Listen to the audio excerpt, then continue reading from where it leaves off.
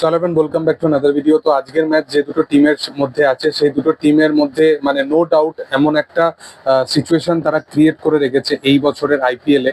তারা প্রত্যেকটা ম্যাচ যেভাবে ডমিনেট করেছে, তারা যেভাবে খেলেছে, তো এই ম্যাচটা অবশ্যই একটা আনপ্রেডিক্টেবল ম্যাচ তো হতে চলেছে, এটা নো ডাউট। বাট একদিকে রাজস্থান রয়্যালস যেরকম ভাবে তারা স্টার্ট করেছে, যেরকম তাদের ব্যালেন্স টিম, যেরকম ভাবে তারা ক্যারেক্টার দেখাচ্ছে, যে তারা যেভাবে একের পর এক ম্যাচ উইনিং একটা ইয়ঙ্গার ভার্সন একটা রাজস্থান রয়্যালস টিম নিয়ে তারা যেভাবে এগিয়ে যাচ্ছে, সেটা দুর্দান্ত। অন্যদিকে পাঞ্জাব, এই টিমটা পুরোপুরি আনবিটেবল, এখনো পর্যন্ত টিল নাও 2026-এ একটাও আইপিএল ম্যাচ দেখেনি, হারেনি। ইভেন 2026-এ সবচেয়ে বেশি ফার্স্ট ইনিংসে রান করা team Delhi Capitals, 264 run score তারা স্কোর বোর্ডে করে দেওয়ার পরেও পাঞ্জাব কিংস সেই রানটাকেও চেস করে দেয়। মানে পাঞ্জাবের কাছে কত রান করলে তাহলে পাঞ্জাবকে ডিফেন্ড করা যেতে পারে, এখন অব্দি এটা সবচেয়ে বড় প্রশ্ন।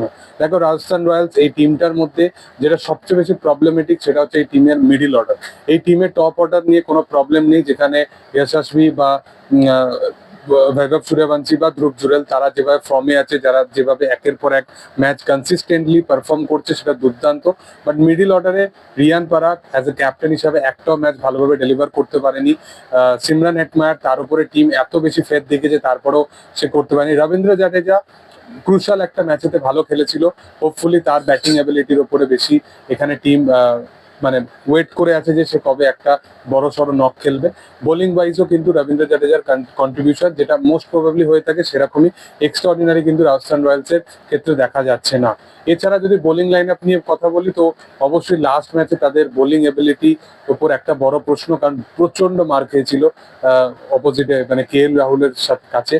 তো সেই কারণে একটা আমার মনে হয় যে তাদের কাছে একটা কামব্যাকের দরকার। অন্যদিকে আমি পাঞ্জাব নিয়ে যদি কথা বলি, তাদের টপ অর্ডার থেকে শুরু করে মিডল অর্ডার, ইভেন তাদের বোলিং লাইন আপ এতটাই স্ট্রং যে তাদের কোনো প্লেয়ার যদি কোনো জায়গায় যদি ডাউনফল দেখা যায় বা কোনো পোর্শনে যদি কোনো টপ অর্ডার ডাউনফল দেখা যায়, তো তাদের মিডল অর্ডার এসে সামনে নেবে। কারণ টপ অর্ডারে প্রভ সিমরান, প্রিয়ান্স আরিয়া, কোহলি, শ্রেয়স আইয়ার, এইরকম লেভেলের একটা শশাঙ্ক সিং, এরকম লেভেলের ব্যাটিং লাইন আপ, এবং এটির পাশাপাশি আর্শদীপের মতো বোলার, মানে প্রিমিয়াম লেভেলের ইন্ডিয়ান বোলার তারা আছে, রাবাডার মতো বোলার আছে। তো মারাত্মক একটা ব্যালেন্স টিম পাঞ্জাব। তো আমার মনে হয় যে পাঞ্জাব এই বছরের আবার হয়তো টপ 2-তে ফিনিশ করতে চলেছে। হোপফুলি হয়তো এই বছর ফাইনালি হয়তো পাঞ্জাব কাপও নিয়ে নিতে পারে। তো দেখার, সেটা সময় বলবে যে কি হয় ফাইনালি। তবে আজকের ম্যাচ ওয়াইজ যদি আমি কথা বলে দেখি, রাজস্থান রয়্যালসের জন্য চান্সেস অনেক কম আজকে জেতার, আমি ফ্র্যাঙ্কলি বলছি। কারণ পাঞ্জাব কিংসের এখনো অব্দি কোনো উইকনেস কিন্তু ধরা পড়েনি, এবং এই টিমটা মানে বিশাল আনপ্রেডিক্টেবল। এই টিমটার জন্য যদি ফার্স্ট স্কোর করতে হয়, তাহলে রাজস্থান রয়্যালসকে 200-250 স্কোর তো করতেই হবে, তাহলে আমার মনে হয় যে পাঞ্জাব কিংসকে আটকানো যাবে। পাঞ্জাব যদি এদিকে ফার্স্টে ব্যাট করে, তাহলে আমার মনে হয় যে যদি 220+ যদি স্কোর করে দেয়, তাহলে রাজস্থান রয়্যালসকে তারা ডিফেন্ড করতে পারে। তো দেখার যে সেটা আপকামিং দিনে বা আপকামিং ম্যাচে কি হয়। তবে আমার মনে হয় রাজস্থানের যেটা প্রবলেম, সেটা একটা জায়গাতেই, সেটা হচ্ছে মিডিল অর্ডার প্রবলেম। মিডিল অর্ডারের প্লেয়াররা এখনো পর্যন্ত সেই লেভেলে ফর্মে নেই। আমার মনে হয় পাঞ্জাব কিংস সেই দিক থেকে অনেক বেশি এগিয়ে থাকবে। এবার দেখার যে আপকামিং ম্যাচে কোন টিম বেশি এগিয়ে থাকে, কোন টিম কাকে বেশি মাত দেয়। তোমাদের কি বক্তব্য অবশ্যই এটা কমেন্টে জানাতে পারো। ভিডিও ভালো লাগলে অবশ্যই লাইক শেয়ার সাবস্ক্রাইব করে দিও, এবং পাশে থাকা বেল আইকনটা অবশ্যই প্রেস করে দিও। Thank you all, by.